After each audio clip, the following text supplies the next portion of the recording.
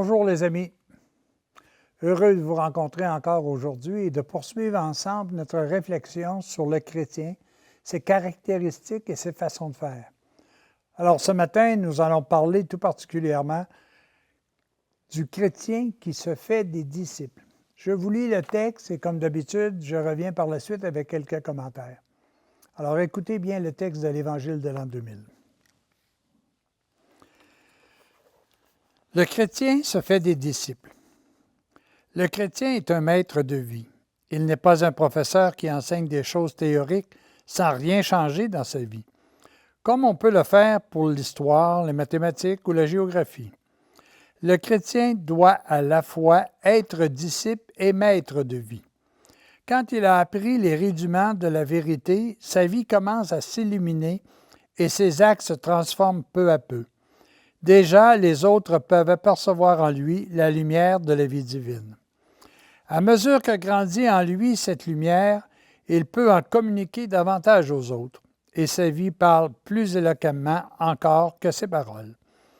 En plus de mes apôtres, j'ai envoyé 72 disciples pour annoncer la bonne nouvelle dans tous les villages.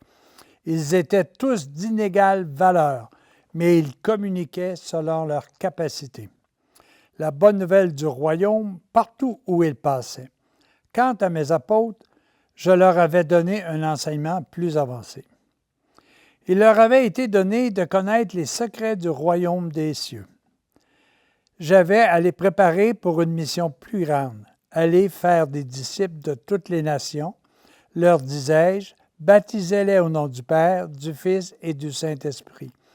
Enseignez-leur tout ce que je vous ai moi-même commandé. Il n'est pas donné à tous de se dédier entièrement au service du royaume et de tout sacrifier pour annoncer la bonne nouvelle de l'Évangile. Mais tous les chrétiens doivent être des maîtres de vie selon leur capacité. Tous doivent être une lumière pour ceux qui les entourent.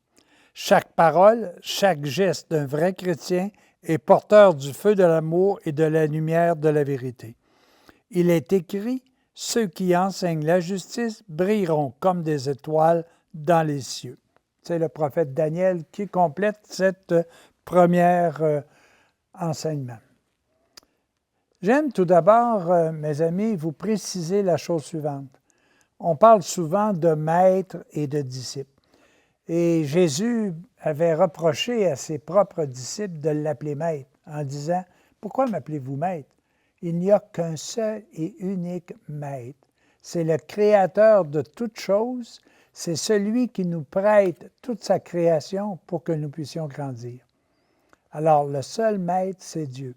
Nous, par rapport à ça, nous sommes davantage ses intendants. Nous sommes des guides de vie dans la direction qu'il nous demande de suivre, dans l'application de l'amour, de la vie divine en chacun de nous. Alors, j'aimerais que tout d'abord, on puisse regarder d'une façon précise qu'est-ce que ça signifie être disciple. Avant toute chose, le chrétien se doit d'être un disciple. On est tous le disciple de quelqu'un. Moi, je veux par-dessus tout être disciple de l'enseignement de Jésus qui m'a été présenté par l'abbé Laurent Gagnon. Mais un vrai disciple, d'abord et avant tout, aime sa discipline. Si j'aime approfondir la parole de Dieu, elle se révélera à moi. Si j'aime mon métier de menuisier, il se révélera à moi. D'abord et avant tout, pour être un bon disciple, il faut aimer le champ d'action dans lequel on se présente. Est-ce que véritablement nous aimons à apprendre davantage sur la vérité, sur la connaissance que nous transmet Jésus et qui vient de son Père, parce qu'il nous dit bien souvent, écoutez, ce que je vous dis, moi, ça ne vient pas de moi, ça vient de ce que mon Père m'a demandé de dire pour vous. Alors, est-ce que l'on aime vraiment fouiller la parole de Dieu? Ceci entraîne aussi certaines restrictions. Moi, je vais appeler ça d'une façon un peu plus forte, porter sa croix. Ça veut dire que pour pouvoir suivre la discipline que j'aime, je devrais peut-être me restreindre dans d'autres choses. À des moments donnés, il me sera nécessaire de dire, je vais laisser de côté telle activité parce qu'il y a, je ne sais pas, célébration de la parole à un endroit X, parce qu'il y a des amis que je dois rencontrer, que je dois aider. Alors, il y a un contresens à aimer sa discipline. Ceci nous empêche, par exemple, comme le menuisier, de dire, bon, moi j'aime la menuiserie, mais ça peut m'empêcher d'étudier l'électricité. Alors, c'est aussi porter sa croix.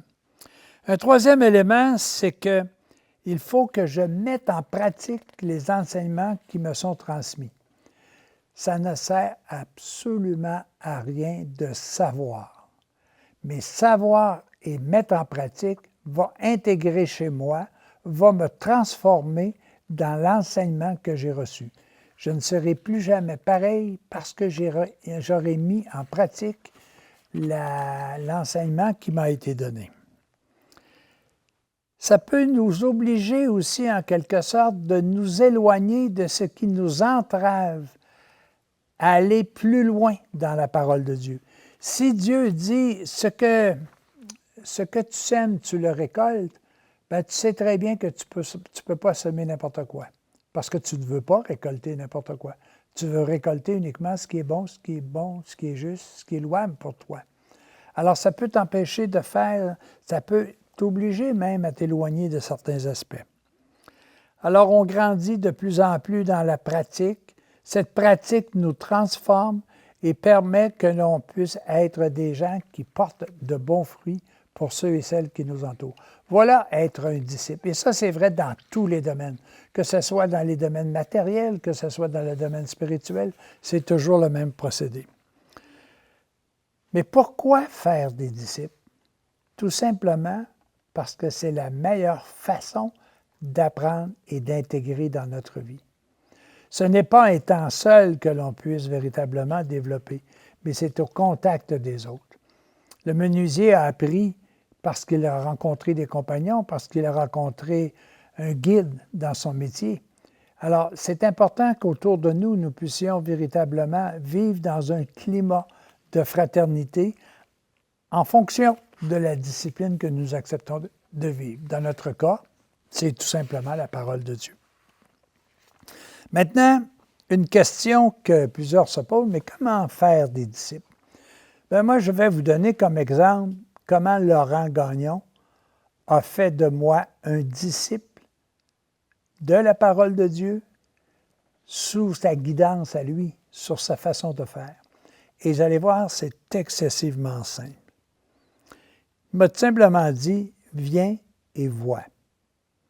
Puis je peux vous dire que la première fois que j'ai rencontré Laurent Gagnon dans une causerie, je n'étais vraiment pas bien intentionné. Parce que j'avais l'impression que j'étais encore pour me faire dire des choses que je serais obligé de changer et autres. Alors j'étais très réceptif et non réceptif. Et à ce moment-là, je disais, je vais essayer de comprendre tout ce qu'il me dit. Mais comprendre l'invisible quand tu commences à cheminer, c'est pas facile. Alors, pour moi, le message qu'il a dit, viens et vois. Et la première chose qu'il m'a fait faire, c'est un travail matériel. Il m'a aidé à construire une maison à un endroit où les gens avaient besoin. Alors, il a commencé par ce que j'étais peut-être capable de fournir. Et j'ai vu les résultats. J'ai vu la joie. J'ai vu le plaisir d'œuvrer ensemble. J'ai vu que Laurent, notre guide de vie, pouvait nous enseigner la façon de faire des choses, autant sur le plan terrestre que sur le plan spirituel. Le deuxième aspect qu'il a dit, regarde et assiste-moi dans cette construction. Il a dit, il n'a pas d'abord dit, va, fais-le. Non, il a dit, viens avec moi, participe à telle activité avec moi.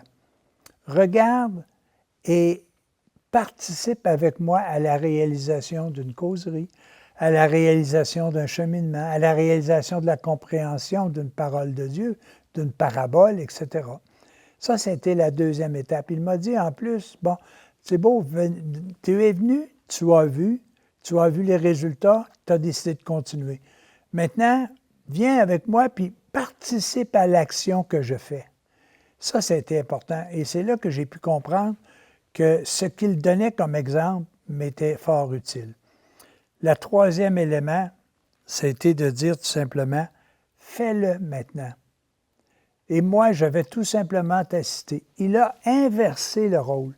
Il m'a donné la responsabilité de faire, mais il ne m'a pas laissé seul. Il a tout simplement dit, je serai à côté de toi pour t'aider. Et le quatrième élément qui est important, parce que notre ami Laurent a subi son passage, l'abbé Laurent a quitté notre monde pour un monde meilleur, pour sa récompense éternelle. Et là, il m'a dit, fais-le maintenant, et moi, je ne peux que te regarder. Alors, voyez, l'étape est fort simple. Tu vas voir quelqu'un, tu lui dis, viens et vois. Il va voir quoi? L'exemple que tu donnes. Tu lui dis maintenant, participe avec moi. Je vais te guider dans un chemin. Troisièmement, il dit, bon, maintenant, fais-le et moi, je vais t'assister. Il fait l'inverse. Et finalement, il dit, continue. Moi, je vais tout simplement te regarder. Je pense que c'est excessivement important que l'on puisse procéder de la même façon. Apprenez à réentendre les 4 étapes que Laurent a fait avec moi pour qu'aujourd'hui, je puisse me sentir tellement heureux de faire ce que je fais, de me sentir continuellement chaque jour en progression. Laurent a fait de moi un disciple, comme lui a toujours été un disciple de Jésus, de sa parole et de son amour. Bonne journée et n'oubliez pas, la meilleure façon de progresser, c'est avec les autres. À la prochaine.